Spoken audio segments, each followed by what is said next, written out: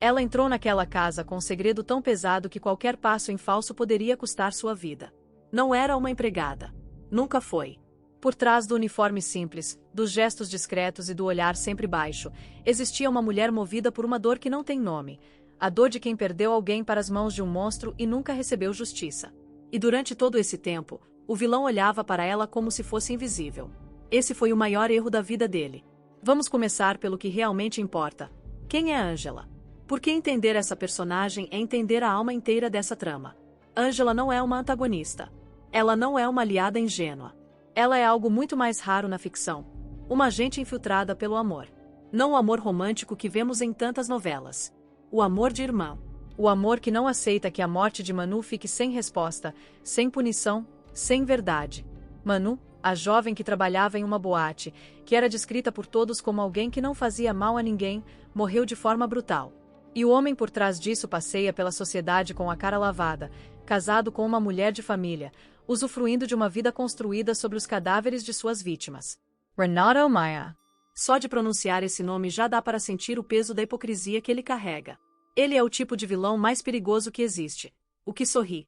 O que abre a porta para a esposa, o que brinda com elegância, o que fala de amor com a mesma boca que ordena a destruição. Psicologicamente, estamos diante de um perfil que combina narcisismo severo com ausência quase total de empatia.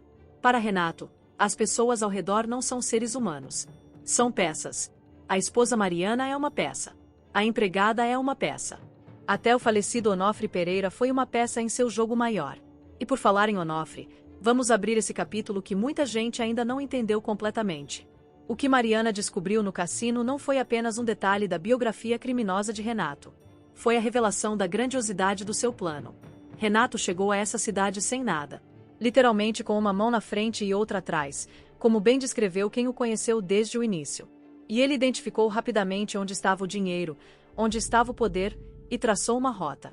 Essa rota passava por cima de Onofre, um homem que ele sabia que podia manipular dentro de um cassino. Mas havia um obstáculo que ele não previu: Maria do Carmo. Maria do Carmo é um personagem que opera nas sombras dessa história, mas cuja influência é absolutamente decisiva. Ela enxergou Renato antes que qualquer outra pessoa. Cortou seus caminhos dentro da empresa, bloqueou suas manobras financeiras, impediu que ele engolisse tudo.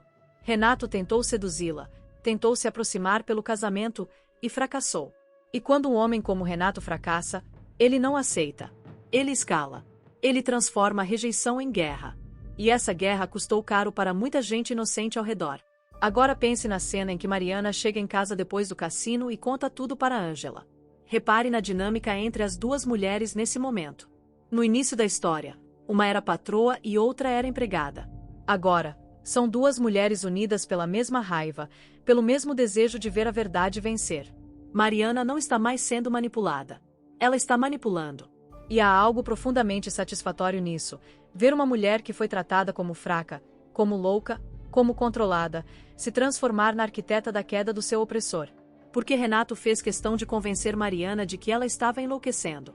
Cada quadro trocado de lugar, cada objeto movido, cada detalhe alterado dentro da própria casa dela. Isso tem nome na psicologia: gaslighting. É uma forma de abuso que destrói a confiança da vítima na própria percepção da realidade. A pessoa começa a duvidar do que vê, do que sente, do que lembra. E Renato usou até a própria empregada para executar isso, pagando Angela para ser seus olhos e suas mãos dentro do lar. O que ele não sabia é que Angela tinha seus próprios olhos, sua própria agenda, e uma motivação que ele jamais poderia comprar. Se você ainda não se inscreveu neste canal, este é o momento perfeito para fazer isso. Porque nós vamos continuar acompanhando cada desdobramento dessa trama com a profundidade que ela merece. Clica em inscrever-se e ativa o sino para não perder nada. A cena em que Renato tranca Mariana no quarto mais uma vez é reveladora. Ele sente que perdeu o controle da situação, e a resposta dele é sempre a mesma: isolar, punir, dominar. É o comportamento de alguém que não consegue lidar com a possibilidade de que os outros tenham poder sobre si mesmo. Mas dessa vez, o quarto não segurou Mariana. Angela abriu a porta. E quando as duas desceram para a sala juntas, você consegue imaginar o que passou pela cabeça de Renato. Ele viu duas mulheres onde esperava ver uma prisioneira e uma funcionária submissa. A risada de Renato quando Angela diz que não é empregada é o retrato perfeito da sua arrogância. Ele ri. Ele a humilha com palavras, insinua que ela nem sabe ler direito. E exatamente nesse momento de superioridade máxima, de desprezo total, é que ele leva a queda mais humilhante possível. Angela retira o uniforme. Angela revela a placa. Angela diz as palavras que ele nunca imaginou ouvir: você está preso. E não é uma placa qualquer. É o símbolo de anos de planejamento, de infiltração calculada, de sacrifício pessoal feito com frieza cirúrgica e coração partido. E então ela completa: eu também sou irmã da Manu. 5 palavras. 5 palavras que desmoronam o castelo inteiro que Renato construiu. Porque naquele momento ele entende tudo. Entende que foi superado. Que a peça que ele achava que controlava era, na verdade, quem movia o tabuleiro inteiro. Que enquanto ele dormia sedado na poltrona da própria sala, a justiça estava sendo construída ao seu redor, tijolo por tijolo.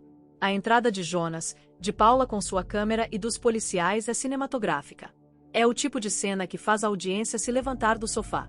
Paula registra tudo. O jornalismo como testemunha da justiça. Renato tentando fugir. Renato sendo rendido.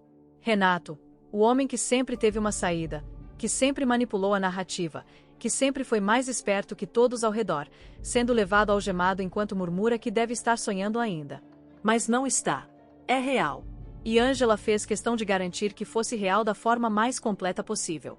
Agora, o que vem depois? Esse é o ponto onde a história se abre para possibilidades que ainda não foram resolvidas. A primeira teoria é a do contra-ataque jurídico.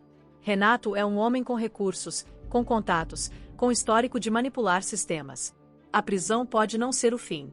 Ele pode contratar os melhores advogados, pode tentar anular provas, pode alegar que foi vítima de uma armação. A batalha jurídica que se avizinha pode ser tão intensa quanto a infiltração de Angela. E se Renato conseguir alguma liberdade provisória, o perigo para Mariana e Angela será real e imediato. A segunda teoria envolve cúmplices ainda não revelados. Um homem como Renato nunca opera sozinho. Havia Franklin. Havia esquemas dentro do cassino. Havia conexões com a morte de Manu que podem ainda não ter sido completamente expostas. É possível que exista pelo menos uma figura nas sombras que ainda não foi identificada, alguém que pode tentar proteger Renato de dentro do sistema, ou que pode tentar silenciar as testemunhas por conta própria. A terceira teoria é a mais emocional e a mais complexa. O que acontece com Mariana agora? Ela passou anos dentro de um casamento que era uma prisão disfarçada de lar. Ela foi abusada psicologicamente de forma sistemática. A queda de Renato a liberta, mas não apaga o trauma. Mariana vai precisar reconstruir sua identidade, sua confiança, seu senso de realidade. E talvez o arco mais importante que ainda está por vir seja justamente o da sua cura. Não a vingança, não o confronto, mas a lenta, difícil e necessária reconstrução de si mesma. Angela cumpriu sua missão, mas a justiça completa ainda tem muitos capítulos pela frente. E nós estaremos aqui para analisar cada um deles com você.